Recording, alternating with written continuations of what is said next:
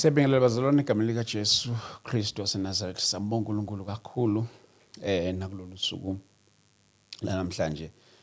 Siyajabula kakhulu ukuthi njalo sihlezi siba nani ngalolu hlobo. Thank you so much saints for tuning in. I'm your host ST Dlamini. Siyambonga kakhulu uNkulunkulu ke bazalwane. Before siqale ke ngingathanda ukuthi ke sicele enkosini ebese singena straight kwinkulumo yethu yanamhlanje egameni lika Jesu. Siyakudumisa Nkosi yethu uJesu lokufanele lonke udumo nezibongo zonke zingezakho. uNkulunkulu wethu ingcwele phakama ngamandla ke nakule zinkulumo. uNkulunkulu wethu ingcwele siyakudumisa malibatshazwe igama lakho njalo esizweni zonke egameni lika Jesu Kristu waseNazaretha. We pray, O God, as we are about, O God, to start uNkulunkulu wethu ingcwele, we pray in the name of Jesus Christ. Lonke izwi elizokhulumeka lapha kule ndawo uNkulunkulu onamandla malenze umsebenzi walo, in the mighty name of Jesus Christ, oh Lord, we pray. Amen. Amen. Sibonga kakhulu bazalwane. Angivele ngabe ngisamosha isikhathi. Angithathe lethuba leli ngamukele umama esiqala ukuba naye lapha namhlanje uzezithula yena ukuthi umama ubani and then bese singena enkulumeni yethu namhlanje. Mama ngikubingelele. Amen mntana. Niyaphila? Phila saka ngomqemane ndoda. Ngomqemane qe.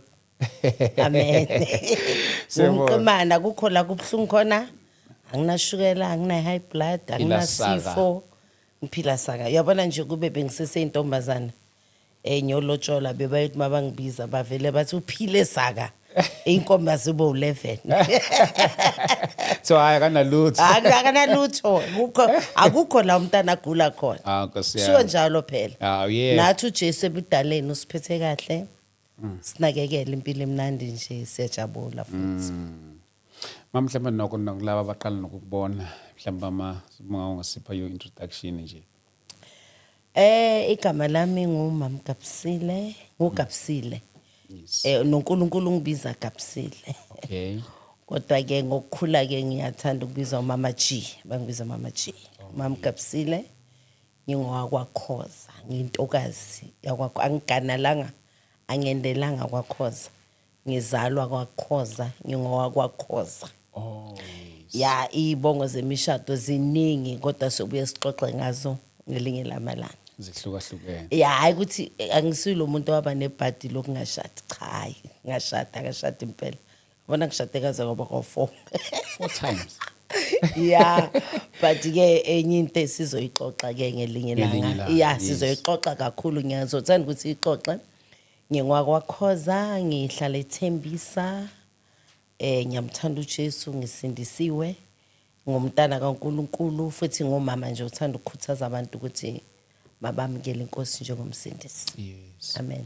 Mama usixhumile ekuthenini ukuthi hayi akuzuze lapha kwi-platform yabazalwane ngesizokhuluma about, ngiyazi ukuthi la sisoke sihost abantu abahlukahlukene, abanye ukuthi ba experience izinto ezihlukahlukene, abanye inkosi ikhulume nabo izinto ezithile njalo njalo, abanye ukuthi mhlambe bafika la ngeinhloso ezinye ezahlukahlukene, but under the umbrella of i-kingdom kaNkulunkulu.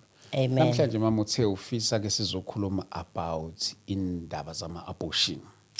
Yebo. Mhlambe mama singalokhu sipholisa amaseko. Singene straight. Singene straight endabeni. Yes mama. Yeah. Ngiye ngakuthinta mntanami because kunomhlabelelo bengohlabelela last week. Othi vuthelani icilongo nina abantu bakhe. Icilongo lezwi lakhe. Mali hlokonyiswe. Lezo zizwe ezikude mazilizwe lona. Zilixele udumo lwakhe. Ongihluphile ke lo mhlabelelo, vuthelani icilongo. So ngila ngizovuthela icilongo. Yes. Into yokuqala angiqale ngokuthi ayikho into umuntu azoyenza emhlabeni. Okay, ake ngithi umuntu uyiproducer yempilo yakhe. Okay. Udlala impilo yakho, idlala your own film. Yeah. We understand? Yeah. So anything oyenzayo, whether una 2, una 5, una 10, una 20, una 30, una 40, una 15, una 100, ukayi-2 impilo yakho uyaqoshwa emhlabeni nasezulwini. So ke izwi lenkosi limalithi akukho okufihlakele okungayikwambula liqinisile. Ngeke ngabhekana nesimo esinzima umhlobo wami lo Mambiyela umphathi uyazi ngeke ngabhekana nesimo esinzima. Isimo futhi engangakholwa ukuthi singenzeka empilweni yami. Isimo sokuboshwa. Angikhuluma into akudala ngikhuluma into ayizolo. Sizobuya sixoxe ngayo futhi ngelinye la. Okay. Bekuyi case enzima kakhulu because bekuzoba mhlambe i-life sentence if i-death sentence beyikhona. Bekuzoba i-death sentence. Manje acabanga umama we-60 ayithola i-death sentence. Into ayingekho emaphupheni nakama-dreams nakuma-goals nakuma-desires wami into engangizange ngicabanga. Kodwa ngiyamthanda uNkulunkulu. uNkulunkulu muhle olungile. Nayo le ngiyayibonga ngoba mase ngiqala ngibheke emuva ngiyabona ukuthi i-altar lejele lahlukumeza ifamily yami kakhulu. Akekho umuntu ongazange waboshwe kithi. Uzothi mangibuya ngelinye ilanga sizohlela ukuthi sizokhuluma ngane nangane. Yeah. So ke makufika lesimo se ukuthi nje i-death sentence ayisekho ngithi South Africa. But mhlambe bekuyoba life. Abantwana bambe beyongilanda ejele ngugogo umpunga and I don't think it's something ekhona kwi-journal yami kuma dreams wami ayikho leyo ngangayiplananga. Yeah. So emhlabeni kwenzeka izinto esingaziplananga ngase ke ngiyakhuleka ngathi kuNkulunkulu ngicela ukwenza i-exchange yayo yonke amaXhosa bathi yonke lemeko Thixo uzuyithathe andizukuyikhona. There was no way I can stand isimo engangibhekene naso. Ngathi mangikhuleka ngathi ngicela i-exchange uNkulunkulu ngicela ukuyoshumayela ivangeli. Ngamane I was raped when I was a girl, when I was very, very young. No, futhi akungazubhlungu. Don't worry about it. I was not raped even by one. I was raped I don't know how many times. And ngizubhlungu. And angikhulumela ukuthi ngizwela ubhlungu because uNkulunkulu iska usihilile sekusele only a star. Because namhlanje I'm traveling, I'm this shining star. Fundisa abanye abantu ukuthi emgodini yaphileka. So being a victim of a rape, ngathi kuNkulunkulu ngihlale ngizwa bathi ejele ba rape abantu ngomuno. Angiyazi into yabo lesbian futhi angithanda ukuba lesbian. And ama lesbian is fine angama lesbian kodwa mina ngumama. Noma sekuthiwa ke ngihalela into zocansi ngingathanda umuntu wesilisa. Hayi umama noma cha. Ngathi kuNkulunkulu Nkosi ngarejwa mina ngithi uyazi ngikhula. From the age of 8. Mangina 10, mangina 12, mangina 15, mangina hawu. Hayi ke nkulu senyorejwa ngomuno. Hayi ngathi kuNkulunkulu no. Ayikwazi ukwenzeka leyo. Ngikhuluma noNkulunkulu. I-case busy yangena, amakhotha yangena. I-sentence fanele iphume manje. Ngathi kuNkulunkulu ake senze i-covenant. Ngicela ukuba isigqila sakho, isigqila sevangeli. Wathi uNkulunkulu uqinisile ngathi yebo. Hey. Wangithatha uNkulunkulu wangibeka ku-15 years. Back empilweni yami. Uthanda kanjani? 15 years ngintombazana. Walethi abortion. Eyenziwa kimi ngakhala. Ngathi uNkulunkulu mosilento yenza ka 15 years wathi ile uzokhuluma ngayo. So ngizokhuluma ngeabortion eyenziwa kimi and I don't know whether mhlambe ngaleso sikhathi ifamily yami thought I was a wild child or bengizoletha ihlazo emndenini and but abortion is evil. And it's abortion, it's not something ozoyenza emakhoneni iphelele lapho. Wathi umoya ingcele kimi ngelinye ilanga wathi kimi Kapsile abantwana abortiwe bafaka buhlungu kunabantwana bazifela nje. So ke that is why ke ngenze after uNkulunkulu angilwele kuzo zonke izinto zabo life sentence nama court nama khoyisi nani wathembe kuNkulunkulu nokuthi angirescue nyorage ejele ngomuno or ngelimi yathi wangisiza kubhlungu ejele kubhlungu wangisiza uNkulunkulu uthi ohlabelelayo weza umthandazo wami wangithethelela wangithula umthwalo wangishiya neculo mina kangishiyanga neculo ngishiye nobufakazi bokuthi angigijime ngizofundisa izizwe ngeabortion. I was 15 years old. I was a girl. Ngizijolela ngikhule ngumntana obrilliant. Okay. Osmart. Omuhle, omekahle. Ohlakaniphile esikolweni. Esikolweni bekathi mistress mhlambe makabaye ku staff meeting angishiye neclass. Ngisale ngifundisa eclass. So I was born a leader. Okay. But uSathane waqala ukungi-attacka ngisesemncane. I-abortion yenziwa umama mami udisa futhi into engifuna ukuyiletha umama washona. Okay. Umama ushone at peace. And umama ushone ngiyamthanda and nomama mami ngiyamthanda. Into engizokhuluma ngayo, I'm not trying to expose my mother as a bad person. Or I am not trying to expose ifamily yami. I'm talking about my experience. uNkulunkulu athe hamba ofundisa abantu ngayo. Angikho buhlungu ngayo because ngihilile, but ngifuna ukufundisa abanye abantu abazoza emva kwethu ukuthi uSathane ucruel kangakanani. Wa-abort umntanami, I was 6 months pregnant. 6. More 6 months pregnant. It's a 4, 8, 12, 6, 20. It's 24 weeks. Umuntu loyo. Umuntu ophelele. And into eyangizwisa ubuhlungu or nento sengizwisa ubuhlungu manje mase ngicabanga ukuthi umuntu owaye wangenza abortion, I don't even want to say he was unprofessional, because whether you are professional or you are unprofessional, abortion is evil.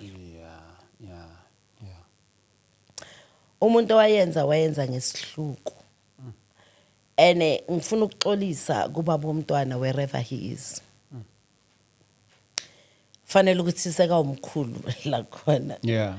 Because wayengazi and wayengazi ukuthi ungimithisile and wayengeka ngiphike because wayengithanda lo mfana.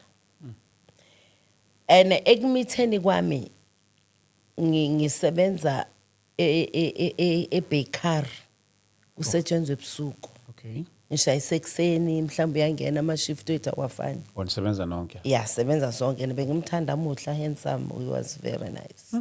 Very nice. Bengimncane but mhlawumbe wayezongikhulisa. Ngoba ne train ngangayazi ukuthi eyethembisa imakuphi. So uye bekangikhapha e-station athi uma last time sami ugibela le train. Ngangimncane man. So uSathane ungi-attack ngisasemncane. So wayengazi loyo mfana ukuthi wangimithisa. Yingakho ngiyamxolela azange ngireject, azange ngiphike. Umama wami wabona ukuthi ngizomthela ngehlazo nabangani bakhe ba organize abortion.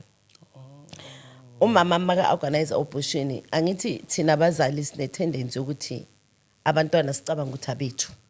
Sizoyenza noma yini esithandayo ngabo. Sikhohle ukuthi abantwana bayisipho esivela kuNkulunkulu, akusabethu. Thina uNkulunkulu usebenzise ewumbu yokuthi bakhulele phakathi kithi sibazale bese sibabuyisela back to kuNkulunkulu. So ke abazali siye sithi umntanami ngiyakuzala nyakhe ngizwe ngawe. It doesn't work like that way. Abantwana they come from God. So ke ku-organize angibuzwa nokuthi ngicabangani. Mhlambe kube kwabiza meeting ukuthi Kapsile u pregnant and kunento bathi abortion, and abortion kusho ukuthi siyobulala umntanakho ukuthi ungabi nomntwana. I think it was going to be fair and square if they told me. Ubiza umngani wakhe uyangifika ekseni aya samba umama kuthe ngokuhambise kupha samba uzobona phambili. We understand? 15 usesemanzi. Siyafika lapho kuloyo mama waye usister eThembisa Hospital. Mangifika uvela wangibheka wathi, yazi njengoba ngikhuluma nani ngiyayibona yonke lento. Wangibheka wathi salikhule muthu. kusho ukuthi uthi isisu sesisikhulu laba bafoster bathi bulala yo wena Thabani umntana wabulawa kabuhlungu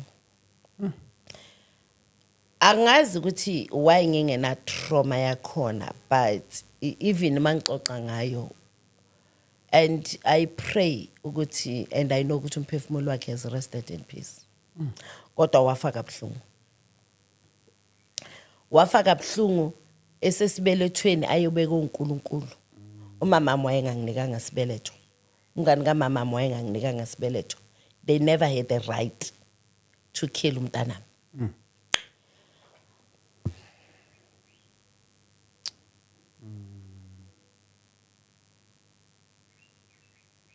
I'm so sorry, ma'am.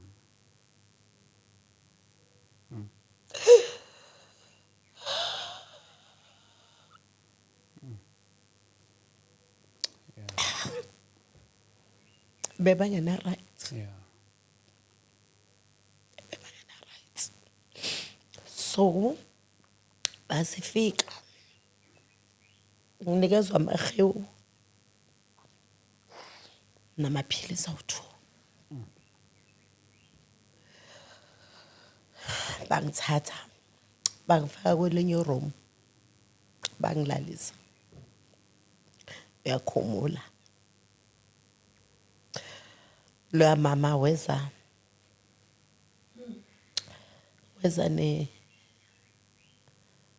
nomcibisholo walishaya ngilalisa ungavula amathanga walishaya ikhaya lomntwana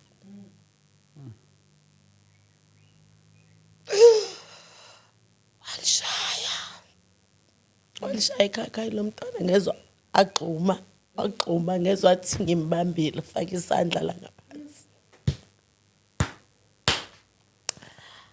amshaya innocent voiceless defenseless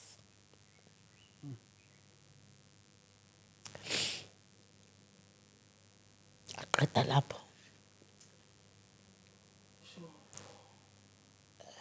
ecijile le nto Yeah. mshaya ukhakhayi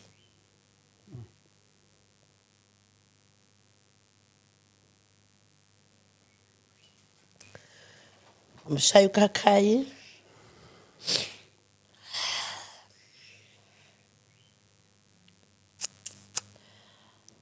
qoka fanele sibuyele ekhaya tshela nokuthi bengenziwani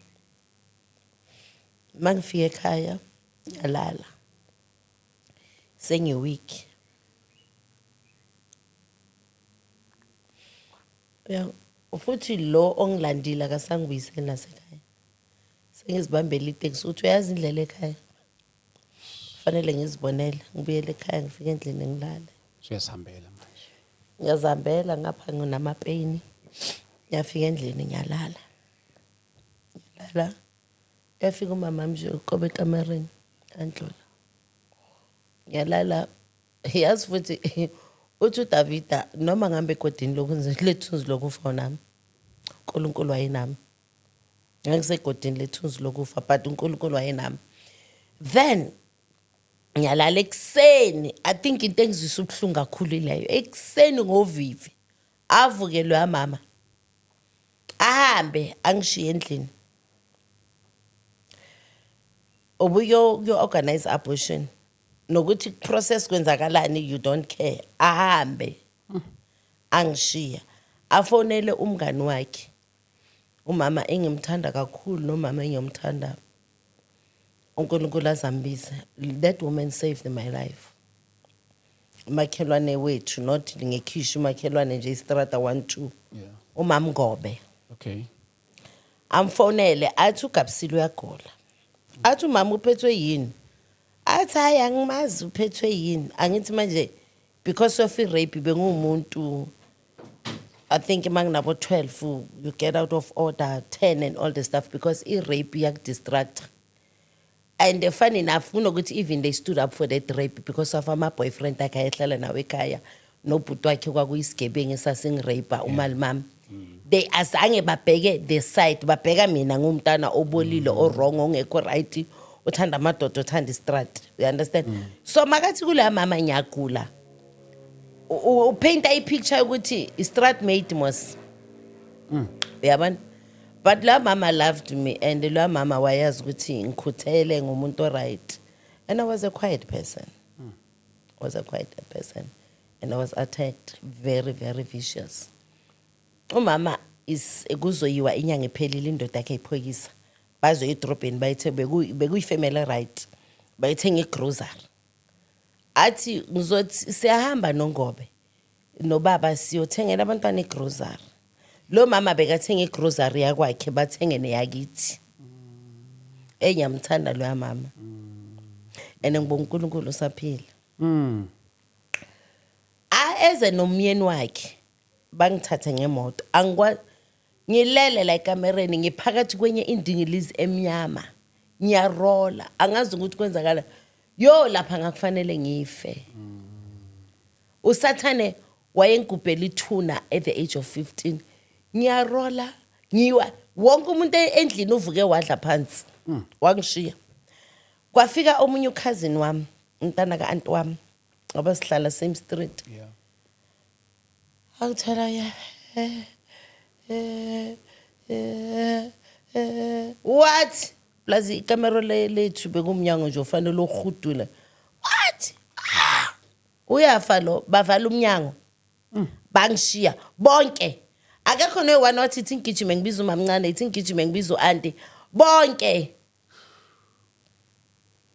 bangishiya you know sizalwa nama families but we don't belong to them the one that I belong to he was here with me my creator was there with me and everything happened on time wafika uMamgobe nendoda yakhe bangithatha bangifaka emotweni uyangikuka nendoda yakhe lo fanele ngikuke bangishiyile bangifaka emotweni udoctor I think beka 5 minutes away or 7 minutes away mangifika ka doctor bangishiye ka doctor ngibhalise baye edrobheni nomyeni wakhe angibhalise and for that I salute him udoctor athi yey lo muntu ku labor kuphuthunyo ngesinyane ngisikwe futhi because umntana was bekamkhulu ngisikwe let that boy fight he fought that boy of mine he was a boy he fought his spirit fought athu doctor okulabor umntana umfana ngigcoke i-twins jersey ngikhumule i-twins jersey iskipa esine jersey phezulu ngikhumule le skipa ngimrephe ngaso anginalutho rep kubiza ambulance sigijimele esibhedlela ukuthi umntana oyefaka ku incubator ngimgonile kumnyama ngazi kahle hle nokuthi kahle hle kwenzakalani it's like ngibheka imovie you know and omunye angazibuza ukuthi why heavy sex why yenzani I mean bangifunela umsebenzi ngina 14 ebakery what kind of a mother ofunela umntana yakhe umsebenzi ebakery at the age of 14 la kunamadoda 100 ubusuku nemini aya i50 ayachayisa kusene ebusuku ayengena aloka kubamba amabela kubamba ibune and all the stuff uzozubalekela kulo yiwani ozokurescue we understand that's how I fell in love with this guy because at least he was there to rescue me from these other animals what kind of a mother if kungasicebo lika Satan uvumela kanjani intombazana yakhe na 14 mina abantwana bambana 14 basele endlini manje bafrya amaqanda nama Russian bazobheka ama TV endlini yakubo abaphumi nangegate ipoverty ebeyitheni le kwakufanele kusebenze mina ngina 14 ngingenalutho 14 15 ngingenalutho we understand that was unfair that was child labor athu doctor umntana umamcheck umntana umfana iambulance igijima masifika esibhedlela ufonele casualty esibhedlela ethembisa ukuthi kunomuntu osososo kune emergency ezayo masifika esibhedlela ama nurse I think they were about 6 they were waiting by the door Sure. ukuthi ambulance mayivula bamphuthumise. Masifika usister omunye ambheka ra sanamuthumo. He died. Ukuthi ushone nini I don't know.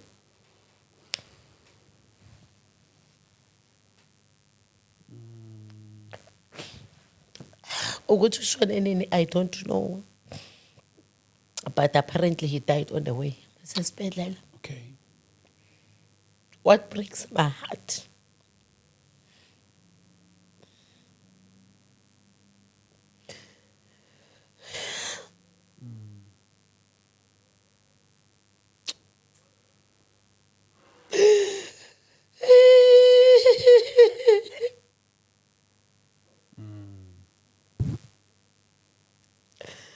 Ngabamba isidumbu kuna 14 or 15. My first experience in life.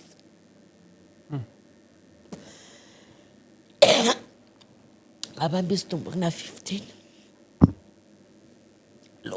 Washona lo mntana. Wasala esibhedlela.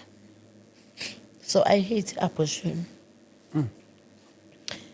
Ngiyazibuza kulamalanga ngihlale ngizibuza ngithi what happened kumzimba womntana wami?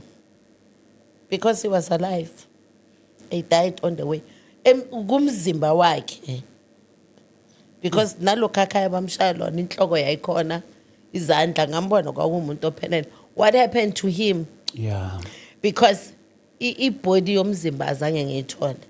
And I think it was only fence ukuthi ngithole ibody. Now imnandila ukuthi abantu abayike ukabhotha ezivithi ngathi fashion abayike ukulala bese ba-abort ukuthi yinto nje ezondlula. Yeah, it's into elula nje. Akusinto elula.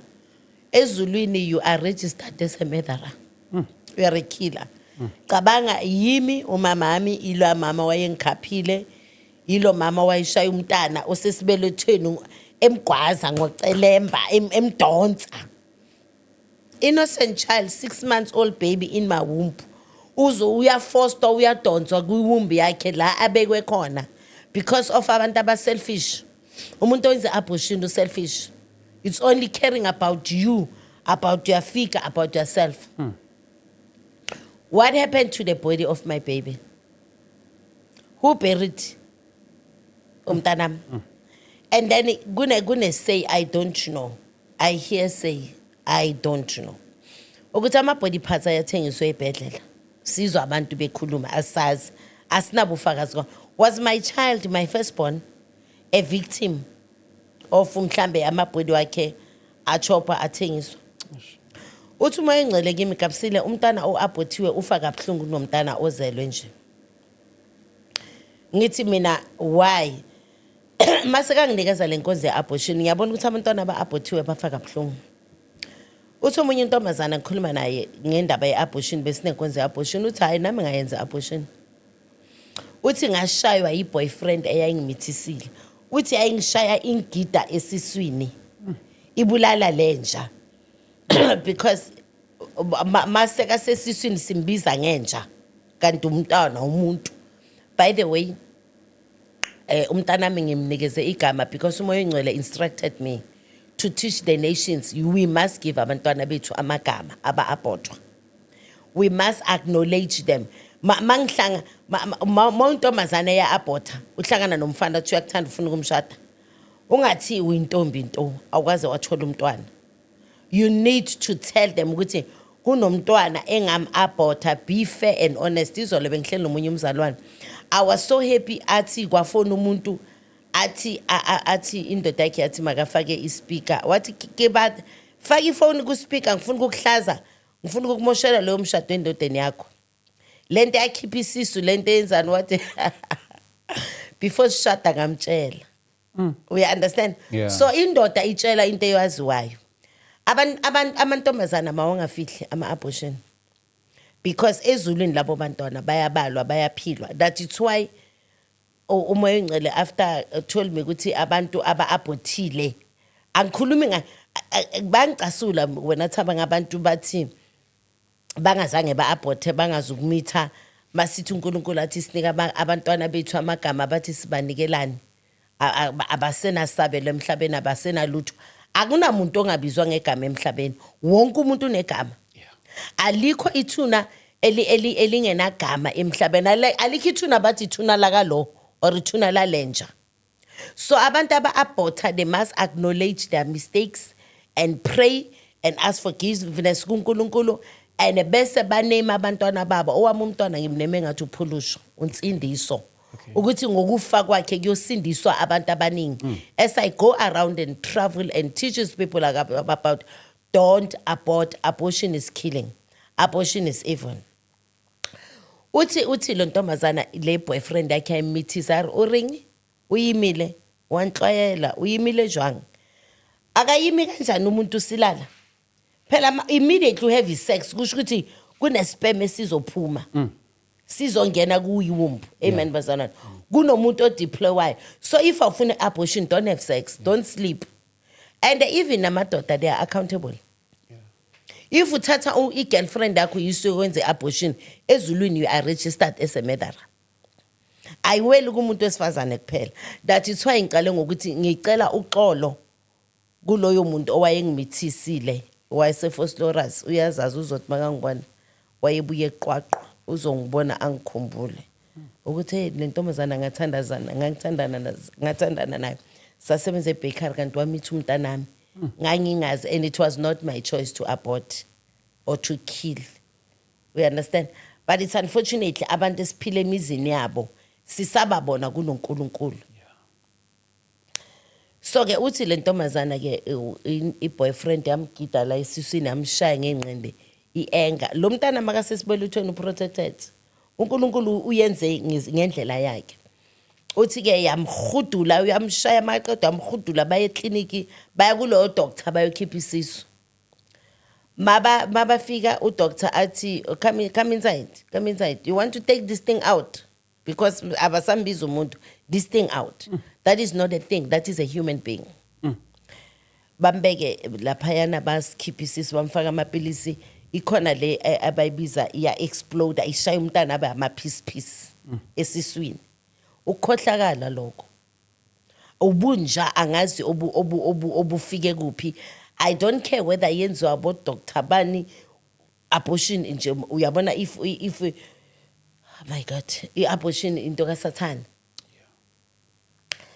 uthi wahamba wabuyela ekhaya lo mzalwane mhlambe yinanga uzozazi utestify ngoba naye uthi mama nami ngifuna ukuhamba ngikhuluma ngale ndaba yami uthi makafika ekhaya ngalala uthi ubhlungu engangibuzwa lapho ngalala azange siphume isisu uthi ngakusasa udoctor wangifonela what is that thing out umphefumulo kaNkulunkulu umuntu okunomphefumulo kaNkulunkulu sibiza that thing out mambiyela uthi wathi lo akukaphuma wathi come uthi makafika wathi go sleep there open your legs there on the bed uthi makafika la isejari uthola umntwana ngifuna ukukhombisa abantu ukuthi abortion evil eniyenza abanye abantu rich njengoba wena ikwenza poor uthi uthola umntana walodokotela ukhona nodokotela ukhona bangene masinyane uthi makathuthu uyamcheka kwadonseka isandla kwaphuma isandla kuphela cause kuthi abuyele ekhaya ayolala isandla lo mntana olande isandla sine order kukhona le body parts la yothengiswa khona that is why I worry what happened to the body of my child what happened who can explain to me wangcwatshwa washiswa esibhedlela wenziwani what happened we understand wafakwa kule machine abathi benziwe iminsimita abantwana masebafile what happened because if ikenzakala namhlanje bathi umama uGapsile ushonile asimtholi you must be worried fanele isidumbu sami nisifuna nize nisithola you'll close the chapter makube nisitholile isidumbu if kuphela 5 years kunabantu abana stress kunabantu abafa idumbu zaba zikho namhlanje ama families waba wana closure awubi ne closure mawungazi ukuthi umuntu uphelelepe so ke uthi ke kwaphuma isandla wabuya la futhi ngelinye ilanga waphuma ke ekunya kwaphuma inhloko uthi ngelanga lesi 5 kwakhani kuphuma yonke into athi ipain engangiyizwa ngangifisa ukufa because if you kill by the sword you'll die by the sword. Abantu abaningi abasurvive kumibheda ama-abortion. Nami I don't know how I survived. That is why ngithi icilongo faneke ngilivuthele abantu balazi. Yeah. We understand? Yes. So ke i-abortion if ever kungenzeka abantu mabaye ukulala. Ukulala ungashadanga.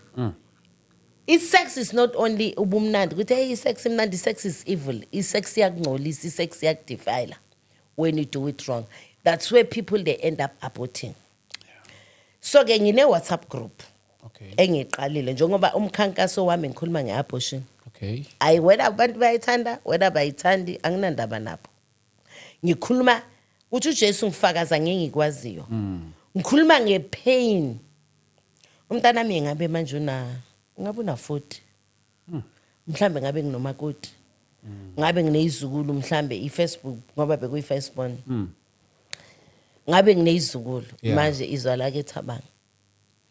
Ngifuna ukukhuluma indaba yale WhatsApp yami bese ngibuyela kwi-family yami masinyane ngizokutshela ukuthi why was the abortion performed again. Okay. Ngifuna ukukhuluma ngale WhatsApp group. Ne WhatsApp group bonke abantu aba-aborta bayangwhatsappela. Omunye yathi na mama ngakhipha 6. Omunye yathi ngi-aborte 8. Omunye yathi ngi-aborte 4 bese nenkonzo ngeyi-1. Bese nenkonzo ngeyi-1 yokuqamba abantwana bethu amagama. Hayi abantwana wabantu abasibuza ukuthi wayisinika abantwana bethu amagama. Abantwana bethu. Abantu abayike basibuze bayike basibuza izinto ezi-irrelevant la kuboma kulento yini lento yeni nibizani lento le. Yini kula kuma social media. ama social media. Abake bayisibuza nonsense if I can put it that way. Basibuza izinto ezi-relevant. Why you ninika abantwana amagama abafile? Why singabaniki? Who are you to ask us ukuthi singabanikeza abantwana bethu? Uke waba nomntwana wena. We understand? Abantu into engekho kubo mabangayiphenduli. La ngikhuluma nabantu aba-aborta. Ngikhuluma nabantu aba-abortile. Ngikhuluma nabantu abenziwa ama-abortion. If ungayenzanga abortion, don't dare talk to me. Don't even comment because you don't know what you're talking about. Abantu abake bayikucomment izinto ezingabafuni. Ezivithi ngathi banezulu bathi uNkulunkulu ukhulume nawe nina ayifuni wena ukuthi uNkulunkulu ukhulume nami. Ukhulumile mina nami uNkulunkulu was in Cape Town. Ngizogibela ibhasi ukuthi angithi abantu abamlalela umoya ongcwele bacabanga ukuthi nathi asimlaleli. Ngangizogibela ibhasi Greyhound ngisuka eCape Town ngibuye eJoburg. Ngimile bus stop kunentombazane yayiphethe ifone ibusy iscroller. I don't know what happened. Ngathi bekathatha nenumber yami.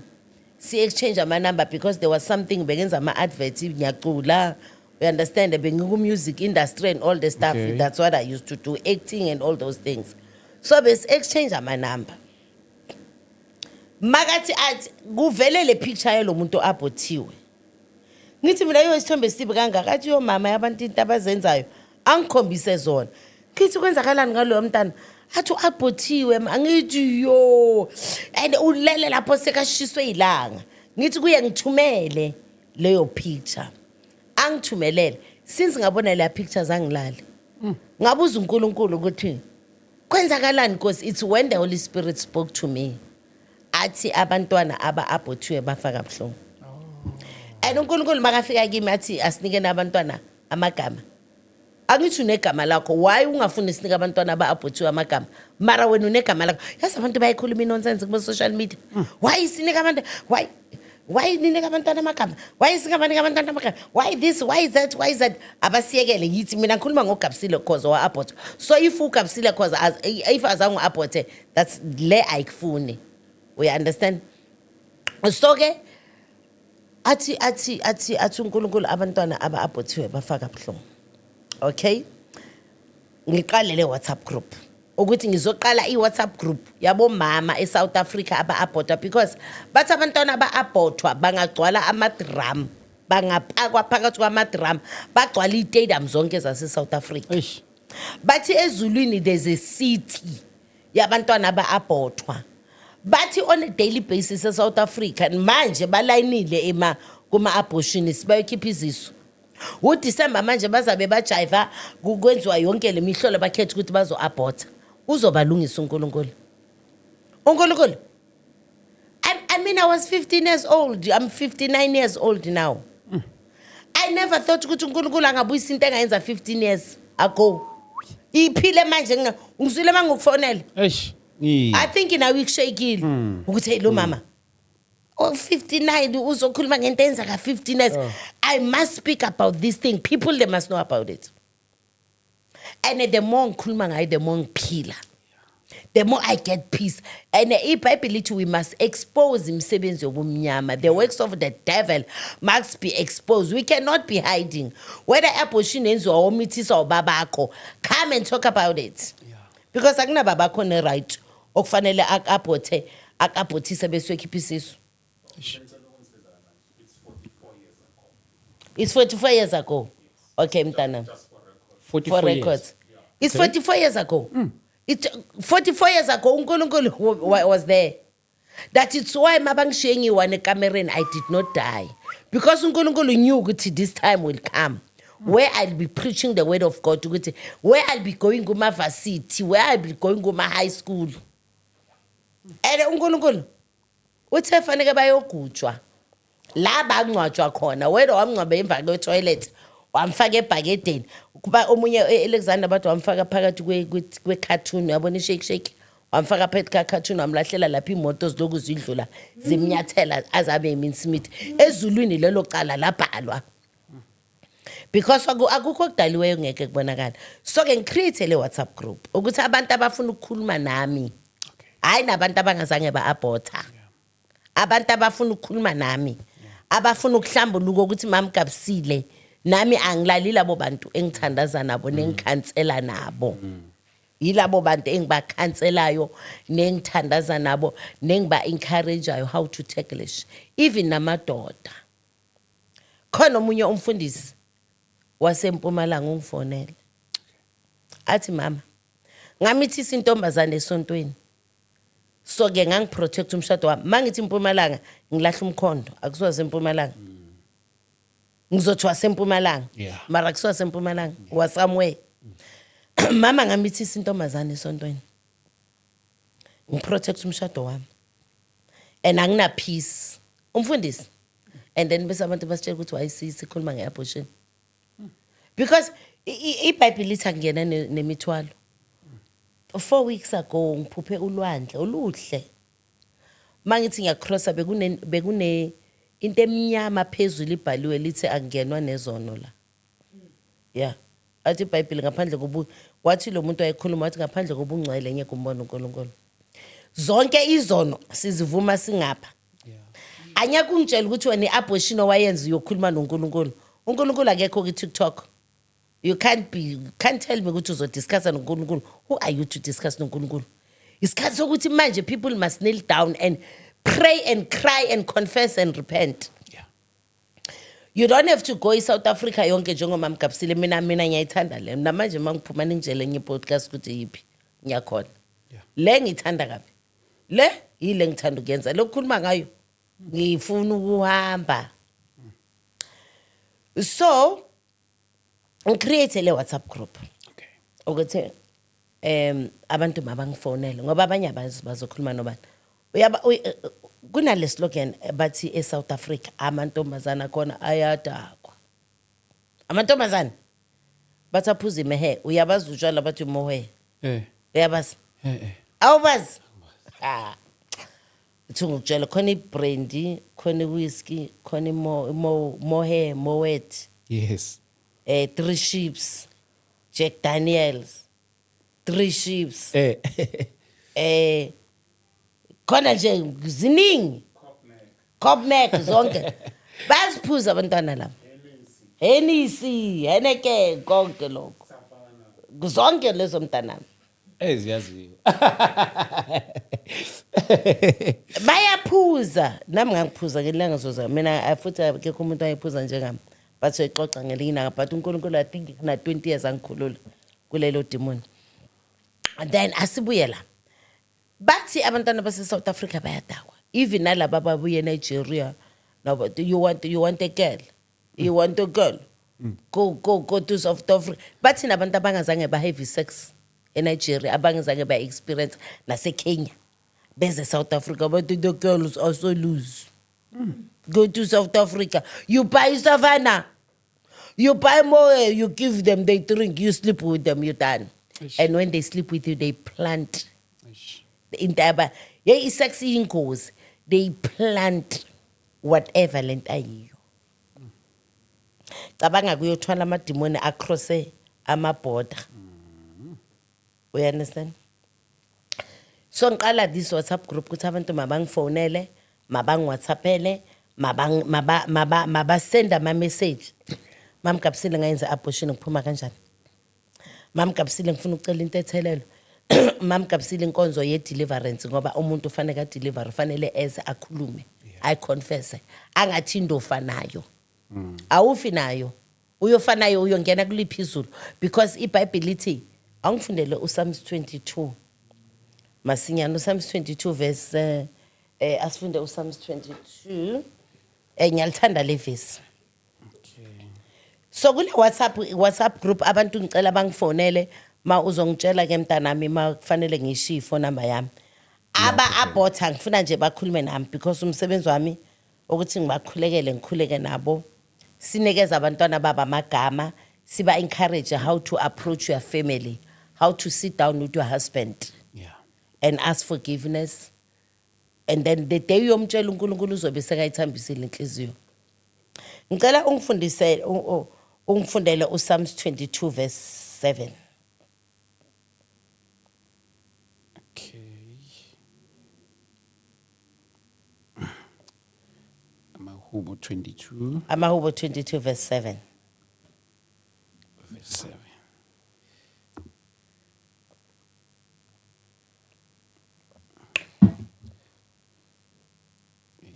Mtholile mami.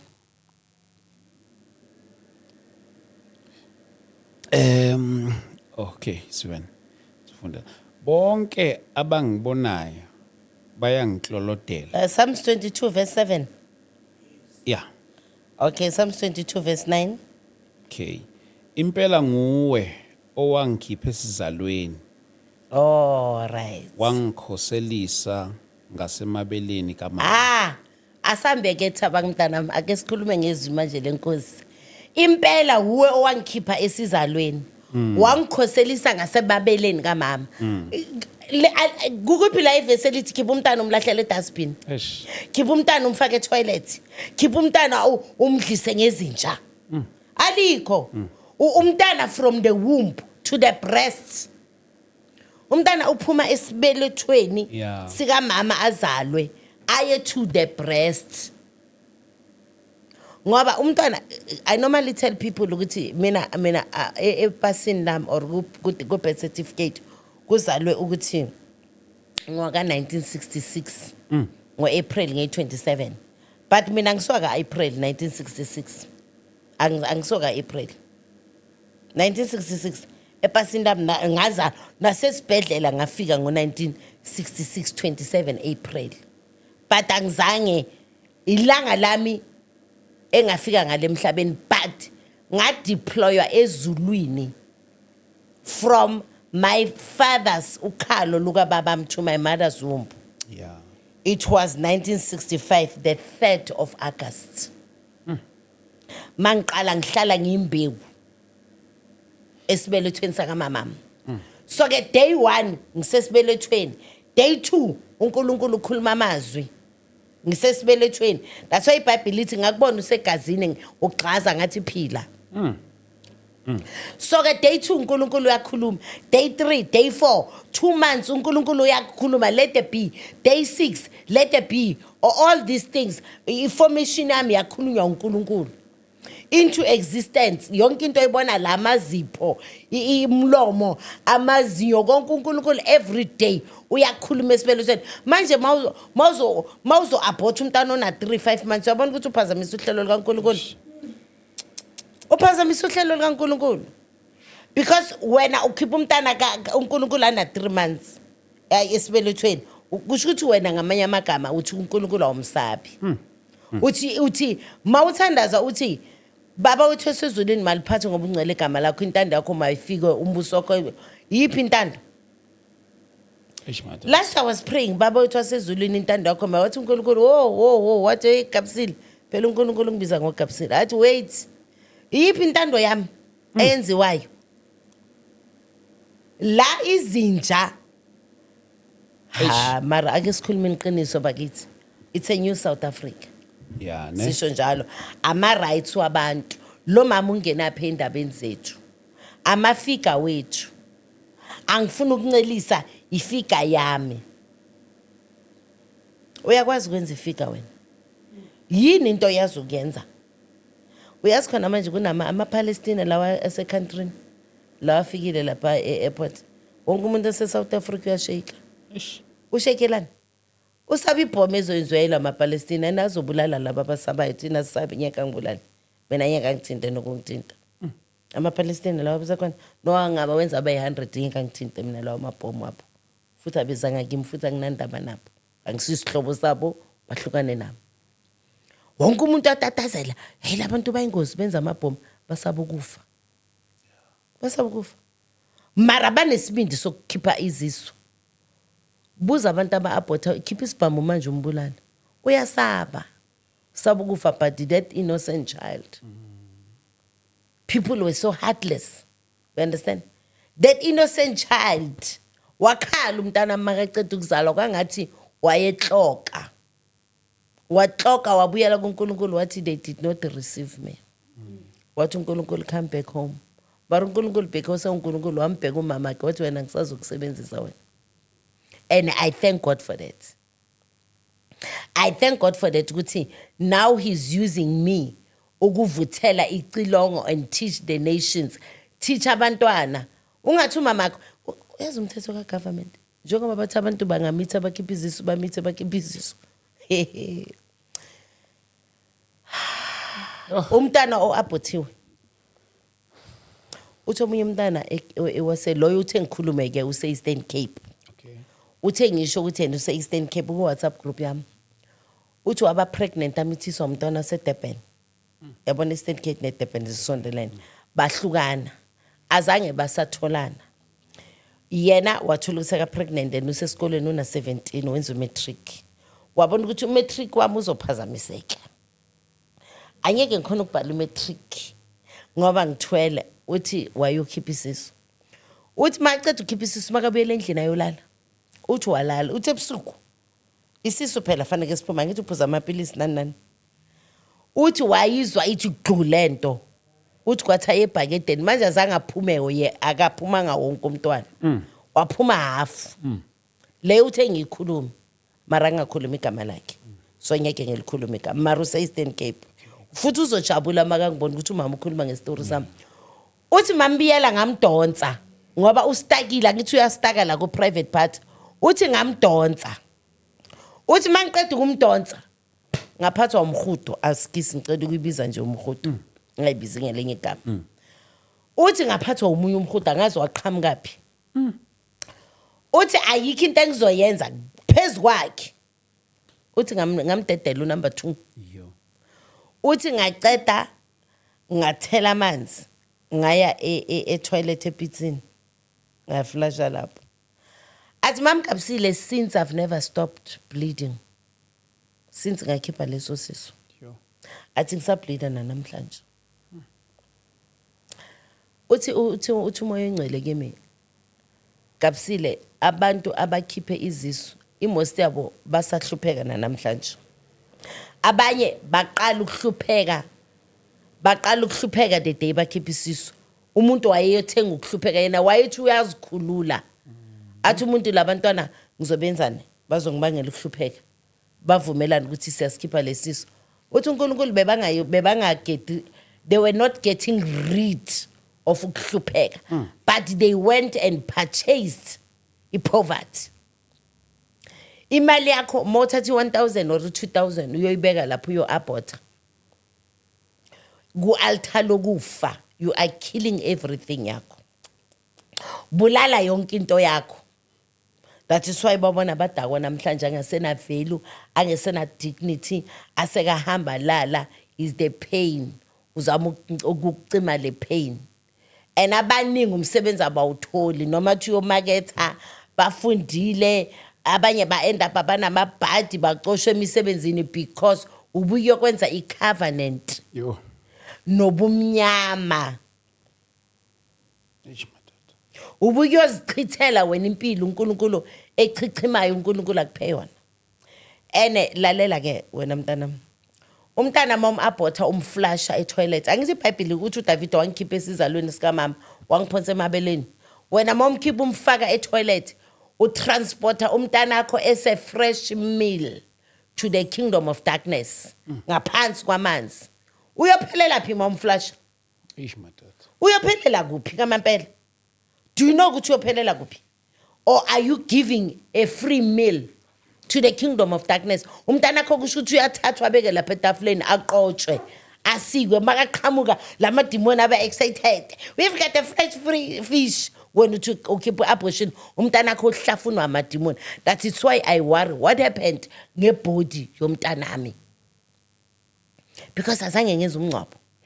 ifamily yami azange ngenza umncwabo so we must be very concerned akuna safe abortion akuna safe abortion uyabona if I must die for this one then let it be so akuna safe abortion ngathi uNkulunkulu makanginikeza lento ngathi mina uNkulunkulu abo doctor laba ba professional bafundile uNkulunkulu akasabe umuntu they cannot stand before God anything esiyenzayo ngaphansi komthunzi welanga we will account before God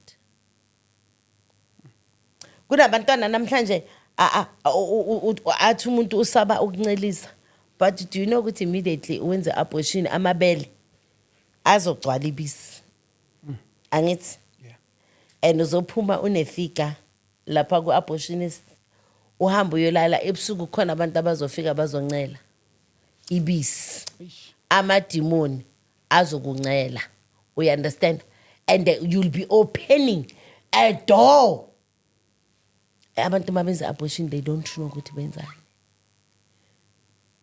aba uyabona umuntu makaqala athi ngizokwenza abortion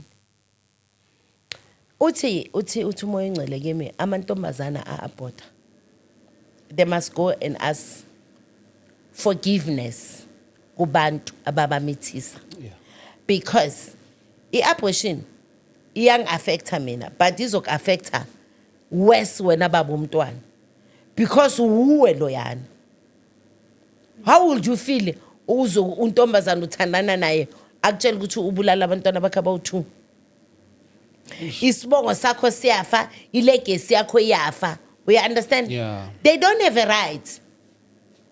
a right if ba aborta they must go kubantu ababamithisa and bayeke ipride and go down on their knees and say ngicela ungixolele I was a child I did not know ngifonela bomama abana 70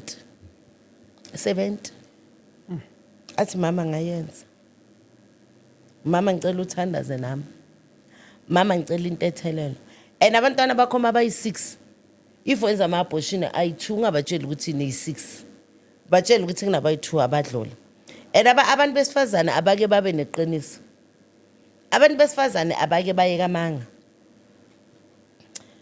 kunomuntu esasimncwaba njengoba ngisho ngithi abomama bacabanga ukuthi bangenza noma yini ngabantwana because babamitha kunomuntu esasimncwaba somewhere ngumuntu active ngumuntu othanda kuba forefront ukubona izinto ziyenzeka ngumuntu owadalwa eumholi njengoba ngisho ngithi esikolweni umistress bekathi makaya ku meeting angishiye neclass ngumuntu okwazi ukuleader so masiqedwe ukungcwaba lapho kuyaphuthwa ngangimthanda futhi lo muntu wayengcwatshwa so ngisondela lapha siyamvala sivalela umhlabathi sekube ngamablomu ngifuna ukuba nefamily ngenze sure ukuthi yonke into right ngezwe umama khona sondela nomngani wakhe igebengu ngoba abanye abantu izinto sizenza nezigebengu zabangani bethu igebengu zabangani abomama abawu2 abadala sebashona inkosi moya engcele ngicela ungikhumbuze uthi uthi lo ukhuluma bayaphahla ngedla emhlabathini. Yeah. Ngizombiza Sipho loyo muntu esasimngcwaba. Uthi hayi ithi ngathi Sipho. Angithi asimbize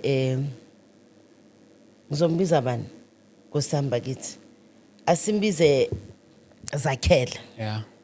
Loyo muntu lo wamdala ushiya umfazi wakhe nabantwana. Wathi Zakhela. Zakhela. Mntanami ngiyaxolisa. Njengoba sowushonile abantu oyobathola phambili akusi abakankosi mara bakandla ngamandla wena awusuka kankosi wakandla ngamandla. Bohleleni sonke lesikhathi ungamtshela umntwana.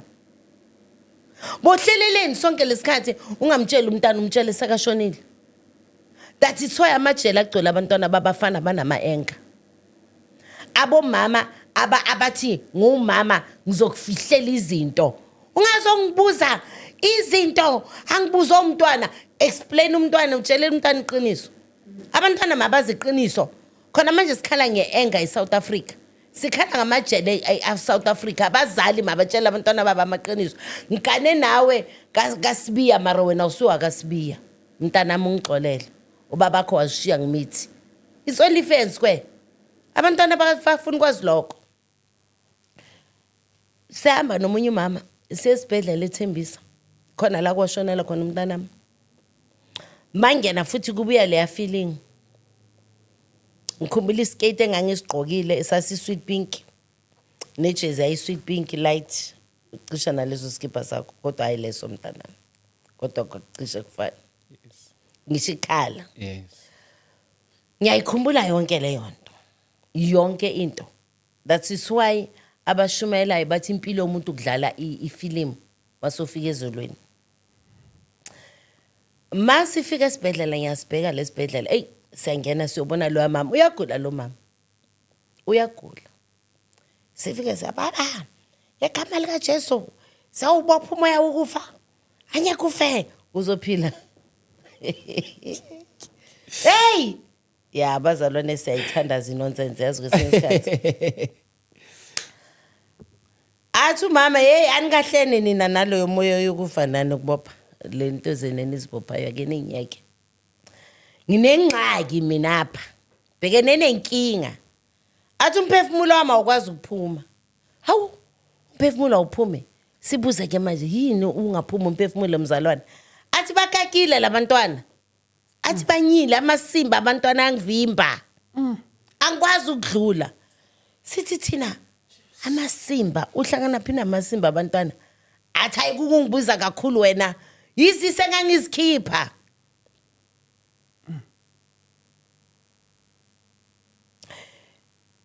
Le show engizwe kuyo angizelanga ukuzobona ngoba ngikhona special Nkosi yami. Angikho namuhle kangaka uNkulunkulu wami ukuthi abantu bakaloku babhekene nami. And I'm absolutely nothing. But because of the fear of the Lord.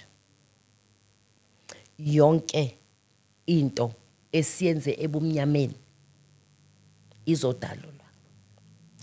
Siphile esikhathini esinzima labathi uJesu angabuya at any time.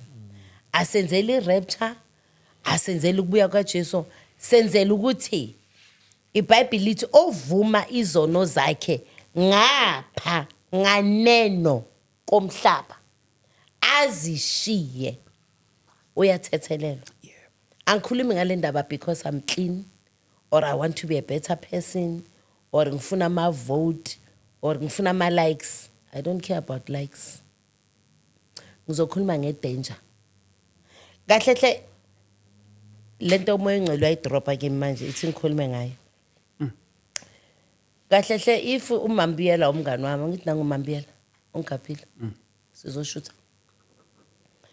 If uMambiyela umngani wami ngithi kuye Mambiyela ngipregnant athi Mambiyela ha wena hayi sesikhipha lesisu hayi ngeke sikona hayi sesikhipha you know ukuthi icala liphezulu kwaMambiyela as well. So if ningabangani sengikhuluma nalabantwana abacabanga ukuthi bangabongqondo bayayazi impilo basemavasithi baseyikolweni bayazi ukuthi uthatha ini uhlanganisa nani ukuphuza ini uzokulungisa uNkulunkulu. Lelo cala uzobalelwa kulo you are guilty as charged as the one oabortile. Nyambonga uNkulunkulu. Nyambonga uNkulunkulu.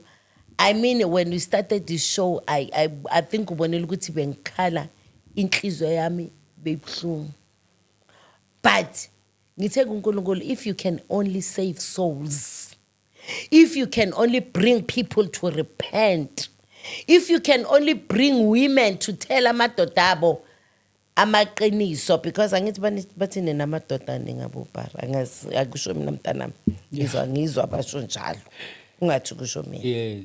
Ngiyangizwa bathi ibarila asikhiphe isisu umuntu anawe la endlini uphila naye uyolala naye ebusuku akutshela ukuthi hayi babakhe hayi baby and ile nto nokuthi banibize baby hayi baby namhlanje ngizwizazi ngathi ngalala phansi kuzoba right usabathe inkonzo athi hayi baby angikho right ini kanti sekabuya khona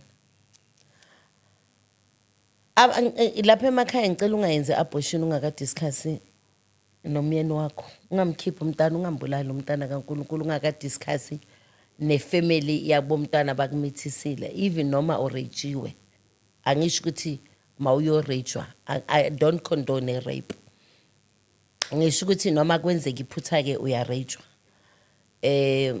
asenze ukuthi ithi kuNkulunkulu ngithwala it's only 9 months fika umunye intombazana kimi lapha I think 6 months ago wafika gijima ebusuku ngo9 ngiza kokoko igate yini kibatla mamkabisile ebusuku angaka ngisaphi wena ene ngale holweni sineholo nenyane elincane lapha siya intercede ngikhulekela inkonzo yakusasa ngiyathandaza uyangena hey sisi yini hayi mama ukhiphela iphepha elincane une phone number yami ne phone number yomuntu omthumele bathe ngize la uzokwenzani umdala lo muntu unabo 32 athi ngiyabaleka ngibaleka ekhaya ngibalekela bobhuti bami nabo sisi wami bayangishaya bakushayelani ngipregnant bafuna ngiyokhipha isisu and angifuni ngoba every time ngipregnant bangikhipha isisu athi mangavuma ngalo mama kuzobe wesi4 wahlala kimi uthola umntana manje unomntana entombazana ngezwe nje ukuthi bathiwe khipha isisu ngathi ngeke bafika kusasa bathi sizomfuna ngathi ngiyonibophisa ngathi ngiyobiza amaphoyisa because anina right ukukhipha umntana we32 years isisu umama loyo noma kuyisikole anicabanga ukuthi isisu siyamsinda akewabona bahamba kanje emall azithwele isisu ku right iBhayibheli lishilo vele lathi sizalane esande angithi akukho la iBhayibheli lithi sikhipha isikhona isisu obulala ngenkemba ufa ngenkemba. So if you are going to abort and i-abortion ekhaya kunomkhulu wami omuhle omhlophe nje mntanami ufana nawe umkhulu we-yellow bone nganginenhlanhla umkhulu wami wayemuhle umkhulu wami and wayenenhliziyo enhle bambulala umkhulu wami emafemini egadile ewumantshingelana bambulala abantwana bakamkhulu wami abayi2 babafana I think beba ku age yakho emini bebalwa balwela iplate ebeliselizolo ukuthi lo uzodla lenyama ini kuyayibona nje ukuthi abantwana bathanda ukulwela into snacks endlini uzwe nawo umzali bakucasula balwela icrust ene kube impe serious icrust yami yini kube impe serious so bebalwa kanti kuzokwenzeka imistake lo munye athatha isagila amshayela ikhanda afe emini nje balwela icrust. That is why families must take care of each other. So la ngena kanjalo ke altar lokubulala ama firstborn ekhaya. You understand? Mostly kithi ama firstborn ayafa. They can die in abortion, they can die kube stillbirth, kube stillborn. They can die after 2 months bashonile, they die after 3 months because i-altar le kingdom of darkness always lifuna igazi lifuna inyama. So when you abort, in other words, you are creating a provision for the kingdom of darkness. Yazi mama ngenxa yesikhathi sethu engisibukela sisikanje into ezoyicela ngoba ngiyabona asesemaningi namanye wethu kumele siwayenze akhumula lo sibaze ngaye ekuqaleni nenye futhi I think lo qalo sibaza ngaye nenye futhi noma sengikhohle ukuthi inkolo ngiyakhumbula ukuthi ayi2 nayo le rape rejection yes into engizoyicela althalejele exactly ngizocela ukuthi kubabukeli bethu emakhaya whoever ungaba nequestion ngicela ukuthi uyibhale lapha e-comment section and then sizobe sesihlela upart 2 nomama and then ngizowa collecta wonke ama questions wenu and then bese ngikwazi ukuthi nginipresentele wona kumama ebese akwazi ukuthi aniphendule khona lapha live kodwa mama ngiyathanda ukuthi just for today sikwazi ukuthi mhlawumbe siyibambelane then organize upart 2 nabo ababukeli bethu emakhaya together with ama questions wabo enzobe sengiza nawo kuwena kodwa ngicabanga ukuthi okunye kubaleke kakhulu ukuthi usishiyele nezi contact zakho nakulabo abafisa ukuxhumana nawe ukuthi bakuthola kanjani ngiyazi ukuthi mhlambe khona abanye ukuthi mhlambe bakuma problems kanjalo abangafisa ukuthi mhlambe bathole lo sizo naleyo guidance le abangayithola from you mama maybe mhlambe your last words and then besishiyela ama contacts wakho amen yeah angibonge mntanami ithuba neplatform eningiphe yona kwa TS Media sibonge futhi nomsebenzi omkhulu omuhle yes oncomekayo eSouth Africa enowenzayo sisho futhi ukuthi sinani yes siyanthanda siyawujabulela umsebenzi eniwenzayo iBhayibheli lithi ukuthandwa komuntu kwenziwa imisebenzi yakhe mihle imisebenzi enenzayo ngibheka ama camera amaningi kangaka ngathi ngise Hollywood bengazi ukuthi kanti kuhle kangaka la nithatha iHollywood nayilethe South Africa yes siyabonga mntanami nalapha emshinini ngiyabona uyacofoza siyabonga kakhulu inkosini busisi inkosini gcina inkosini khulise inkosini providele nathi masinemali siprovide singalokho sithi inkosini providele ya ngiyayithanda imali mina mntanami ngelinanga mhlambe next week sokhuluma njengoba ku December abantu sebazothola imali sizokhuluma ngomnikelo okay abantu banikele okay bantu banikele number yami ithi 0842129437 ngibonga noMambiyela umfundisi uMambiyela lapha ongikhaphile uhlala engikhapha njalo sehla siyenyuka naye sishumela levangeli ya intercede inkosi kubusise mhlobo wami egameni lika Jesu inamba yami ngiphinde futhi ithi 0 yes 84 yes 212 9437 angicacise ke lokho mntanami abantu masisikhulume ngeabortion hayi enye abortion angeni manje bafuna imikhuleko nento zama abortion nana enye le if it's out of abortion asingakhulumi ngayo because uye uthi mawushiya inamba yakho abantu sebaba namanye ama agenda ama WhatsApp uthola ukuthi seku irrelevant so asikhulume ngale esikhulume nganyabonga mntana mkhulu. Thank you so much mama siyabonga kakhulu bazalwane siyabonga kakhulu emakhaya thank you so much soon very soon umama uzobuya futhi sizoqhubeka la isigcine khona siyabonga kakhulu bafowethu sibonane nanga episode yethu elandelayo God bless you amen.